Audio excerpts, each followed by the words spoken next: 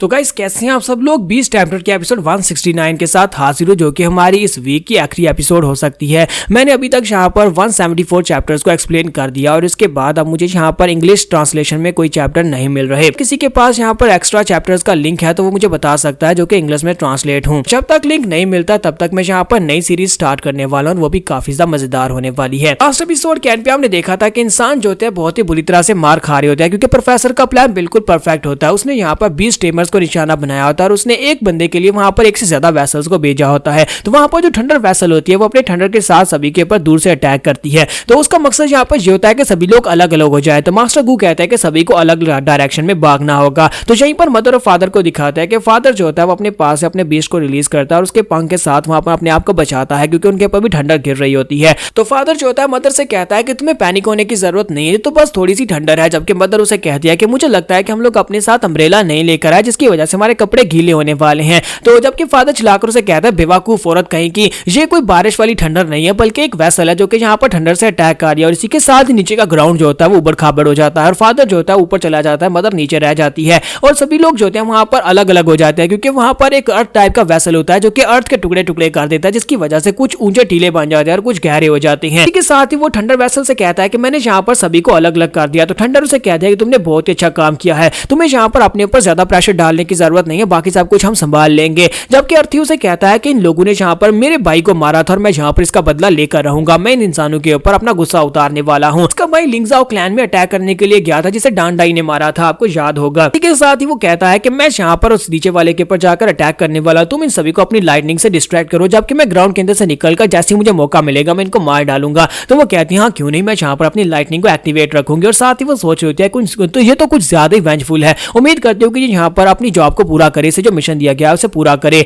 और इसी के साथ ही वो अपने हाथ को ऊपर उठाती है और वहां पर ठंडर गिराने लगती है। इसी के साथ उसके हाथ के ऊपर अटैक होता है और उस बेचारी का हाथ ही कट जाता है। तो वहां पर नीचे दिखाता है कि वहां पर नीचे एक हंटर खड़ा होता है, यानी एक क्या इसे कहते हैं अलायंस का एक मेंबर खड़ा होता है, जिसके पास एक फ्रॉग होता है जो अपने मुंह के अंदर से एनर्जी बीम छोड़ता है। तो वो लड़की वहीं पर चिल्लाना शुरू कर देती है और कहती है कि मेरी मदद करो, कोई मेरी मदद करो। तो जैसे ही वहां पर वो उसके ऊपर दोबारा अटैक करने लगता है, सोल्जर उसके ऊपर दोबारा अटैक करने लगता है। इसी के साथ ही अर्थ टाइप का वेसल जो होता है ग्राउंड के अंदर से निकलता है और कहता है कि तुमने इसे बहुत ही अच्छा डिस्ट्रैक्ट किया, अब मेरी बारी है। लेकिन जैसे ही वो नीचे से निकलकर अपनी अर्थ के साथ उसके ऊपर अटैक करता है और उसे बड़े से अर्थ के गोले के अंदर ट्रैप करने लगता है। इसी के साथ ही मास्टर लू वहां पर आते हैं और उसे उठाकर वहां पर से लेकर निकल जाते हैं और कहते हैं तुम यहाँ पर ध्यान करो, तुम्हारे नीचे भी एक वेसल था। मास्टर लू कहते हैं कि वेसल यहाँ पर हम सभी को अलग अलग करने के बारे में सोच रहे हैं, मुझे लगता है कि हमें दोबारा से यहाँ पर अपनी स्ट्रेटेजी बनानी होगी, क्योंकि वो लोग यहाँ पर हमारे मॉन्स्टर्स के ऊपर अटैक करने की बजाय डायरेक्टली जो स्पिरिट मास्टर्स है उनके ऊपर अटैक कर रहे हैं, जिसकी वजह से हमें यहाँ पर ट्रैप में फंसाया गया है। इसके साथ ही वो सोल्जर से कहता है कि मैं चाहता हूँ कि तुम यहाँ पर मिड एयर में अपने मॉन्स्टर को यूज करते हुए उनके ऊपर अटैक करना स्टार्ट करो ताकि तुम सेफ रहो। इसी के साथ ही मॉन्स्टर जो होता है अपने मुंह के अंदर एनर्जी बॉल क्रिएट करता है। जैसे ही वहां पर शूट करने लगता है, सिल्वर लाइन वहां पर पहुंच जाता है, वो उस मेंढक के ऊपर जंप करता है और उसके ऊपर पंच मारकर उस मेंढक को एक ही पंच के साथ मार देता है। उसके मरने के साथ ही सोल्जर चिल्लाकर उसकी तरफ देखता है और काफी सा सेंटिमेंटल हो जाता है। जबकि प्रिंसिपल लू से कहता है कि तुम्हें यहाँ पर अपने मॉन्स्टर के लिए सेंटिमेंटल होने का वक्त नहीं है। और इसी के साथ ही नीचे सिल्वर लाइन जो होता है वो अर्थ टाइप के वेसल से कहता है कि जल्दी से मुझे यहाँ पर एक मिट्टी का बड़ा सा पत्थर दो। तो वो उसे मिट्टी का एक पत्थर देता है और इसी के साथ ही सिल्वर लाइन से बड़ी पावरफुल फोर्स के साथ सामने की तरफ शूट करता है,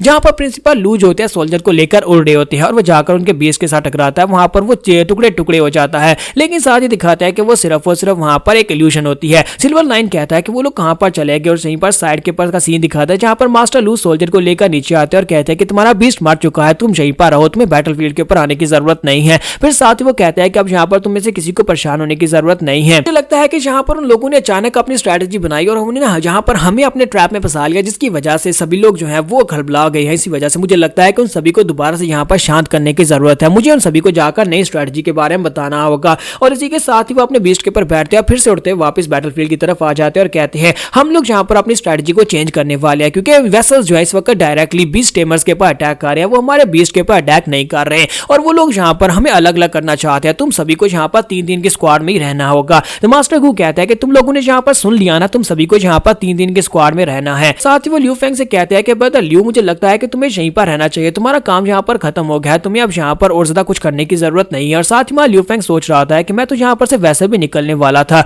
लेकिन मुझे लगता है कि अगर मैं यहाँ पर से निकल जाता हूँ पीछे से इन सभी के साथ जो बुरा होने वाला है उसकी वजह से मुझे यहाँ पर काफी अफसोस होगा। तो मास्टर गू से कहते हैं कि तुमने जो कुछ भी किया उतना काफी था, अगर तुम यहाँ पर अभी भी स्पॉट करना चाहते हो तो पीछे स्पॉटिंग फाइटिंग टीम में चले जाओ और वहां पर जाकर उनकी मदद करो। तो लियू फेंग कहता है हाँ ठीक है सर, आपका बहुत बहुत शुक्रिया। और इसी के साथ ही नुत्सु को दिखाते हैं कि नुत्सु कहती है वहां पर देखो, वहां पर बीस्ट वेसल है जिसने वहां पर मास्टर क्या नाम था उसका, मास्टर बबून को मारा था। इसी के साथ ही ड्रैगन जो होता है वो नॉविस से कहता है कि नॉविस हमारा टारगेट यहाँ पर है, क्या तुम्हारा अल्टीमेट वर्क काम कंप्लीट हो चुका है? तो नॉविस से कहता है कि हाँ वो बस कंप्लीट होने ही वाला है। वहां पर अपने प्रिंटिंग एल्फ को सेटअप करो ताकि वहां पर तुम्हारे लिए उसकी प्रिंटिंग कर सके। इसी के साथ वो अपने पास से प्रिंटिंग एल्फ को निकालते हैं और उसको निकालने के बाद उसे कहता है कि हमारे पास यहाँ पर क्ले मौजूद है, जो तुमने कहा था वो सब कुछ हम लोग लेकर आए हैं। तो यहाँ पर नॉविस ने एक बहुत ही स्पेशल प्रिंटिंग एल्फ बनाया होता है जो कि दूर से बैठकर यहाँ पर मॉन्स्टर को प्रिंट कर सकता है, उसको सेम टू सेम वैसे बना सकता है और उसके बाद ये लोग इसे यहाँ पर यूज कर सकते हैं। तो दूसरी तरफ से वो वहां पर उसके फार्मूला को अपलोड कर रहा होता है जहां पर मॉन्स्टर जो होता है सेम टू सेम उसे वैसे प्रिंट कर रहा होता है, वहां पर उसको शेप दे रहा होता है। लेकिन उसे कहता है कि इसमें बहुत ज्यादा टाइम लग रहा है, इसमें और कितना टाइम लगेगा? तो वो कहता है कि तकरीबन 1 घंटा लगेगा। ड्रैगन कहता है कि नॉविस 1 घंटे में तो जहां पर फाइट खत्म हो जाएगी और तुम जहां पर से हम सभी की लाशें उठाने के लिए आ जाना, तुम्हें इसे जल्दी करना होगा। तो नॉविस कहता है कि फिलहाल के लिए हम लोग इसे और ज्यादा तेज नहीं कर सकते, लेकिन एक तरीका है जिसे हम लोग इसे और ज्यादा तेज कर सकते हैं, लेकिन उसके लिए आपको अपनी डोमिनेंस एनर्जी को इसके अंदर डालना होगा। आप जितनी ज्यादा डोमिनेंस एनर्जी इसके अंदर डालेंगे उतनी तेजी के साथ ये प्रिंटर काम करेगा, लेकिन इसके हीट अप होने का बहुत ज्यादा खतरा है। तो क्या आप यहाँ पर ये रिस्क लेना चाहेंगे? तो वो कहता है हाँ मैं ये रिस्क लेना चाहूंगा। और इसी के साथ ही ड्रैगन वहां पर अपनी डोमिनेंस एनर्जी को यूज करते वहां पर प्रिंटिंग वाले एल्फ के अंदर डालता है, जिसकी वजह से उसकी स्पीड तेज हो जाती है। तो ड्रैगन कहता है कि मैं नुत्सु यहाँ पर मेरे आसपास देखो, यहाँ पर मेरी सराउंडिंग को कवर करो, कोई भी यहाँ पर मेरे करीब ना आने पाए। तो नुत्सु कहती है हाँ क्यों नहीं, ये सब कुछ मेरे ऊपर छोड़ दो। और वो आसपास देखने के बाद कहती है कि सारे के सारे एरिया बिल्कुल सिक्योर है, जहां पर मुझसे डर कर कोई भी नहीं आ रहा। लेकिन इसी के साथ ही अर्थ टाइप के वैसल को दिखाता है कि वहां पर ग्राउंड के नीचे होता है, आगे की तरफ बढ़ आता है और कहता है कि इस बेवकूफ लड़की को क्या लगा था कि यहाँ पर कोई भी नहीं है, असल में मौत तो इसके पांव के नीचे खड़ी है। और इसी के साथ ही वहां पर पांव के ग्राउंड के अंदर से निकलकर जैसे उसके ऊपर अटैक करने लगता है, नुत्सु वहीं पर से घूमती है और वहां पर कैप्टन जूई के स्पेशल स्किल को यूज करते हुए अपनी टांग को उसकी गर्दन में डालती है और साथ उसकी गर्दन वहां पर तोड़ने लगती है, लेकिन उस बेचारे की गर्दन बच जाती है क्योंकि नुत्सु अभी तक इस स्किल को मास्टर नहीं कर पाई। तो वो कहता है कि शुक्र है मेरी गर्दन बच गई। तो नुत्सु से कहते हैं कि तुम्हें क्या लगा था कि तुम यहाँ पर नीचे से आओगे और मुझे पता ही नहीं चलेगा, मुझे पहले से पता था कि तुम यहीं पर ग्राउंड के नीचे हो। शुक्र करो कि मेरा ये कैप्टन जूई वाला स्पेशल स्किल तुम्हारे पर काम नहीं किया, वरना अभी तक तुम्हारी गर्दन टूट चुकी होती।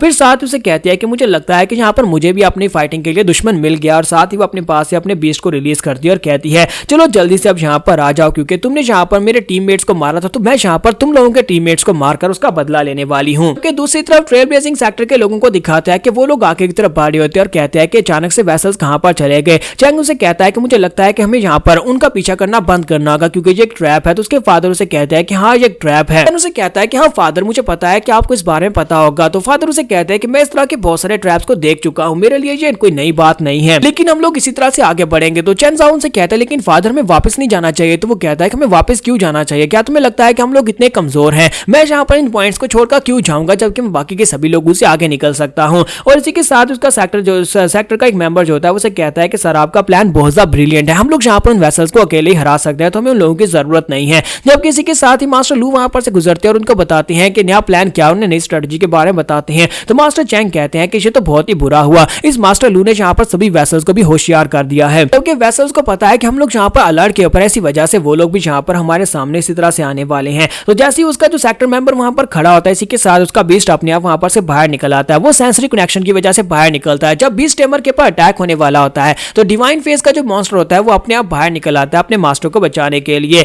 लेकिन इसी के साथ ही वहां पर कोई भी नहीं होता और इस बात से काफी हैरान होता है और कहता है कि ये क्या सेंसरी कनेक्शन अपने आप यहाँ पर एक्टिवेट क्यों हो गया, जबकि यहाँ पर तो कोई वेसल है भी नहीं, क्या यहाँ पर कोई इनविजिबल वेसल है, कोई मुझे दिखाई क्यों नहीं दे रहा। तो मॉन्स्टर वहां पर उसे पकड़ने की कोशिश करता है, लेकिन वेसल उसके मुंह के अंदर से निकल जाता है और सीधा आकर उस लड़के की आंख के ऊपर लगता है और उस लड़के की आंख निकल जाती है। वहां पर उसकी आंख से ब्लड निकल आता है, वो अपनी आंख पे हाथ रख के खड़ा होता है, जबकि मास्टर चैन चलाकर कहता है किसकी इतनी हिम्मत हुई जिसने यहाँ पर मेरे सेक्टर के मेंबर के ऊपर अटैक किया, कौन है यहाँ पर, मेरे सामने आओ, अगर तुम्हारे अंदर हिम्मत है तो मेरे सामने आओ। और साथ ही वो अपने पास अपने गोल्डन क्रो को रिलीज करते हैं जो कि इस वक्त मेटामॉर्फोसिस के मैक्स लेवल पर होता है, जबकि उसका सेक्टर का लड़का जो होता है जिसकी आंख निकली होती है उसे कहता है कि सेक्टर मास्टर आपको बचना होगा, यहाँ पर एक वैसल लड़की है, वो लड़की है और वो अपने साइज को छोटा कर सकती है, मुझे लगता है कि उसके पास इंसेक्ट की पावर है। एक बार से फिर से एक बैकग्राउंड सीन दिखाते हैं जहां पर प्रोफेसर जो होता है वो फ्लेमी से कह रहे होता है कि यहाँ पर सब कुछ मैंने सॉर्ट आउट कर लिया, यहाँ पर कौन किससे फाइट करेगा। तो फ्लेमी से कहता है कि तो फिर मेरा क्या, मैं किससे फाइट करने वाला हूँ, मैं भी यहाँ पर फाइट करना चाहता हूँ, मुझे बताओ मुझे किससे फाइट करनी है। तो वो उसे फोटो दिखाते हैं और कहते हैं कि तुम्हें वहां पर मॉफी से फाइट करनी है, क्योंकि उसके बारे में सुना है कि वो सबसे ज्यादा स्ट्रॉन्गेस्ट हंटर है। तो इसी के साथ ही फ्लेमी जो होता है मॉफी के सामने पहुंच जाता है और उसे कहता है कि बाकी सभी लोगों के ऊपर अटैक हो रहा है और तुम यहाँ पर चुपचाप बैठी हो, मुझे लगता है कि तुम्हारी नाम मॉफी है, क्या तुम्हारा नाम मॉफी है, मेरा नाम फ्लेमी है, मैं यहाँ पर इन वेसल्स में से सबसे ज्यादा स्ट्रॉन्गेस्ट हूँ, क्या तुम यहाँ पर मुझसे फाइट करना चाहोगी? तो जल्दी से अपने बेस को रिलीज करो और मुझसे फाइट करो। जबकि मॉर्फी से कहती है अगर तुम यहाँ पर सबसे ज्यादा स्ट्रॉन्गेस्ट नहीं हो तो फिर यहाँ से दफा हो जाओ, क्योंकि मैं यहाँ पर तुमसे फाइट नहीं करूंगी। और यहाँ पर हमारी एपिसोड 169 का एंड हो जाता है। तो गाइस कल से नई सीरीज स्टार्ट होगी, उम्मीद करता हूँ कि आप लोगों को वो भी पसंद आएगी।